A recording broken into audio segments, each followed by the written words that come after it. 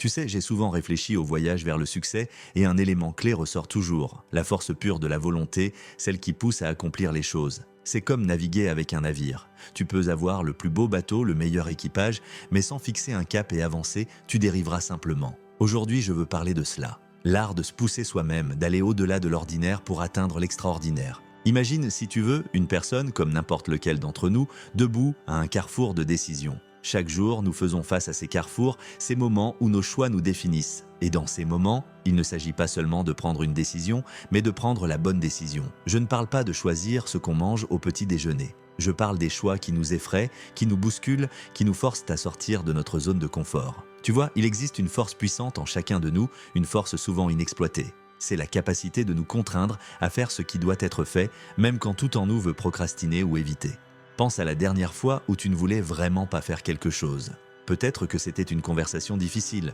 Peut-être que c'était un projet qui semblait insurmontable. On est tous passés par là, n'est-ce pas? Ce moment où le choix le plus facile est de dire « je le ferai demain ». Mais voilà le problème. Demain devient le jour suivant, puis encore le suivant. Et bientôt, ce qui n'était qu'une petite colline devient une montagne. Dans ces moments, la différence entre succès et stagnation, c'est l'action. L'action est la clé fondamentale de tout succès. Ce n'est pas seulement une question de connaissance ou de talent. C'est le fait d'utiliser ces connaissances, de canaliser ce talent. Tu pourrais avoir l'intellect d'Einstein, mais sans action, c'est comme posséder une bibliothèque de livres que tu ne lis jamais. Alors, comment puiser dans cette force? Comment nous pousser à agir, surtout quand c'est difficile? C'est le voyage que nous entreprenons ensemble aujourd'hui. Il s'agit de comprendre le pourquoi derrière le quoi. Il s'agit d'apprendre à accepter l'inconfort de la croissance. Parce que laisse-moi te dire une chose, croissance et confort ne coexistent pas.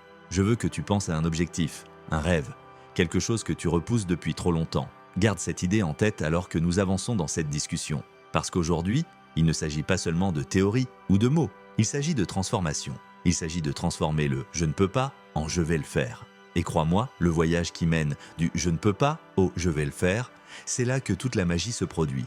Plongeons ensemble dans ce voyage, veux-tu? Explorons comment nous pouvons exploiter cette force en nous, comment nous pouvons renverser la marée en notre faveur et vraiment mettre le cap vers nos rêves. Souviens-toi, il ne s'agit pas seulement de la destination, il s'agit du voyage. Et ce voyage, mes amis, c'est celui de la découverte du pouvoir incroyable de la discipline personnelle. Le pouvoir de déplacer des montagnes, le pouvoir de changer nos vies. Ce voyage n'est pas pour les faibles. Il est pour ceux qui sont prêts à retrousser leurs manches, à creuser profondément et à faire le travail, ce travail que la plupart évitent. Mais pas nous. Nous sommes différents. Nous sommes ceux qui osent regarder les défis droit dans les yeux et dire « Je suis plus fort que toi ». Je ne dis pas que ce sera facile. Si c'était facile, tout le monde le ferait. Mais je te promets que ça en vaudra la peine. Parce qu'au bout de la discipline, au bout du travail acharné, se trouve la vie dont tu as toujours rêvé. Une vie où tu es le maître de ton destin, pas la victime de tes circonstances. Engageons-nous dans cette aventure avec des esprits ouverts et des cœurs prêts.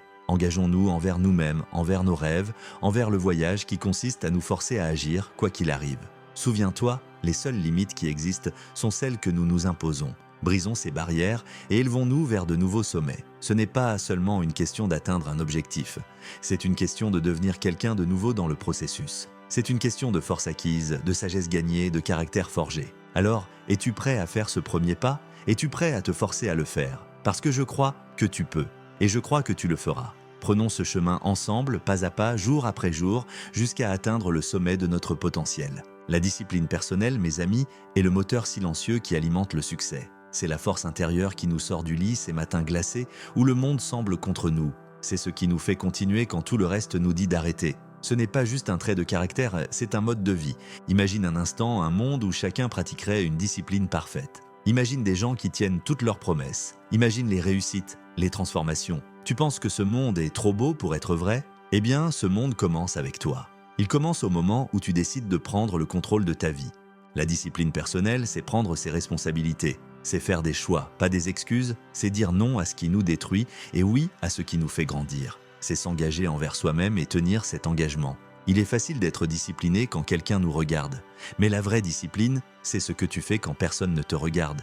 Ce sont ces choix silencieux, invisibles, qui définissent vraiment qui tu es. Et quelles sont les récompenses de la discipline personnelle? Ce n'est pas seulement accomplir des tâches, c'est aussi la paix intérieure qui vient du fait de savoir que tu contrôles tes actions. C'est la fierté de te dire, en fin de journée, j'ai fait ce que j'avais dit que je ferais. C'est la confiance qui grandit chaque fois que tu tiens une promesse envers toi-même. Et cette confiance, mes amis, est inestimable. Elle rayonne dans chaque aspect de ta vie, comme le soleil du matin. N'oublions pas, la discipline est aussi un défi. C'est un muscle qui doit s'exercer en permanence. Comme tout muscle, il peut se fatiguer, se tendre, mais c'est le signe qu'il se renforce. Chaque fois que tu repousses la tentation d'abandonner, tu n'avances pas seulement vers ton objectif, tu renforces aussi ton muscle de discipline. Tu te prouves que tu peux affronter les difficultés. Et ça, en soi, c'est une victoire. Pense à la dernière fois où tu t'es vraiment dépassé. Quand tu es allé au-delà de ta zone de confort, peut-être que tu as travaillé tard sur un projet, peut-être que tu as résisté à une tentation qui aurait ruiné tes progrès. Comment t'es-tu senti après? Fatigué, oui, mais aussi exalté, non? Ce sentiment, c'est le pouvoir de la discipline personnelle. La discipline, c'est aussi savoir retarder la gratification. C'est comprendre que la douleur de la discipline aujourd'hui n'est rien comparé à la douleur du regret demain. C'est choisir la satisfaction à long terme plutôt que le confort à court terme. Beaucoup échouent ici, confondant la voie facile avec la voie juste. Mais pas toi. Si tu es là, c'est parce que tu es prêt à choisir la voie difficile, mais juste. La discipline personnelle ne veut pas dire vivre une vie de privation, elle signifie vivre une vie d'équilibre. Savoir quand travailler dur et quand se reposer. Savoir quand se pousser et quand se ressourcer. C'est écouter ton corps, ton esprit et ton cœur. C'est trouver l'harmonie. Quand tu maîtrises la discipline personnelle, tu ne maîtrises pas seulement une compétence, tu maîtrises la vie elle-même. Mais attention, maîtriser la discipline personnelle ne veut pas dire que tu ne connaîtras jamais l'échec. Nous sommes tous humains. La question, c'est comment tu réagis à ces échecs. Est-ce que tu les laisses te vaincre ou est-ce que tu les transformes en tremplin vers un plus grand succès? Chaque revers, chaque obstacle est une occasion de pratiquer la discipline.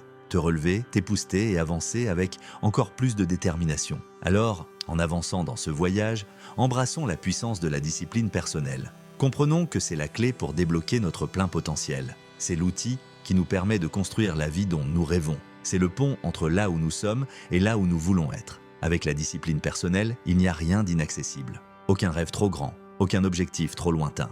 En conclusion de cette partie, retiens ceci, la discipline personnelle est ton allié, ta force, ton guide. C'est la lumière qui te mène à travers l'obscurité. C'est la force qui te pousse quand la route devient difficile. Embrasse-la, entretiens-la et regarde-la transformer ta vie d'une manière que tu n'aurais jamais imaginée. Continuons ce voyage avec la détermination de renforcer notre discipline chaque jour, choix après choix. Ensemble, nous pouvons rendre l'impossible possible. Tournons maintenant notre attention vers un défi que nous connaissons tous. Les deux obstacles jumeaux que sont la procrastination et la paresse. Ce ne sont pas de simples désagréments, ce sont des voleurs de temps, les ennemis du progrès. Ils se glissent dans nos vies en nous murmurant des mensonges doux, plus tard, un jour. Mais laisse-moi te le dire, plus tard est un tueur de rêves, et un jour est un voleur de potentiel. La procrastination et la paresse sont comme des sables mouvants. Plus tu cèdes, plus tu t'enfonces, et plus il devient difficile d'en sortir. Réfléchis, combien de fois as-tu dit « je commencerai demain » pour découvrir que demain apporte son propre lot d'excuses? C'est un cycle, une boucle dangereuse qui nous empêche d'avancer. Mais voici la bonne nouvelle. De la même manière qu'on peut tomber dans ce cycle, on peut aussi en sortir. La clé, c'est l'action. L'action immédiate, délibérée. C'est l'antidote à la procrastination, l'ennemi de la paresse. Maintenant, je sais ce que tu penses, mais c'est difficile de commencer. Et tu as raison. Commencer est souvent la partie la plus dure. Mais souviens-toi, le voyage de 1000 km commence par un seul pas. Ce premier pas n'a pas besoin d'être un saut, juste un pas. La magie, c'est l'élan que tu crées. Une fois lancé, tout devient plus facile. Alors, comment commencer? D'abord, fixe-toi des objectifs clairs et atteignables. Des objectifs qui t'inspirent, qui allument un feu en toi. Quand ton objectif est clair, ton attention se renforce et la procrastination perd son pouvoir. Ensuite, divise ces objectifs en tâches plus petites, tellement petites qu'il semble presque ridicule de ne pas les faire. C'est comme ça qu'on trompe l'esprit, en rendant la tâche trop facile à ignorer. Et qu'en est-il de la paresse? La paresse prospère quand il manque un « pourquoi » puissant. Tu dois trouver un pourquoi tellement fort, tellement irrésistible, qu'il t'arrache de ton confort et t'empêche de rester immobile. Ton pourquoi doit être comme un phare dans la brume qui te rappelle la raison pour laquelle tu fais tout ça. Mais ce n'est pas seulement une question d'objectif externe, c'est aussi une question de respect de soi. Chaque fois que tu surmontes la procrastination, chaque fois que tu choisis l'action plutôt que l'inaction, tu construis ton respect de toi-même, tu te dis « je vaux l'effort, mes rêves valent l'effort ». Et crois-moi, il n'y a rien de plus puissant que de regarder ton reflet et de savoir « j'ai tenu ma promesse envers moi-même ». C'est ce type de respect de soi qui bâtit des empires, qui change des vies.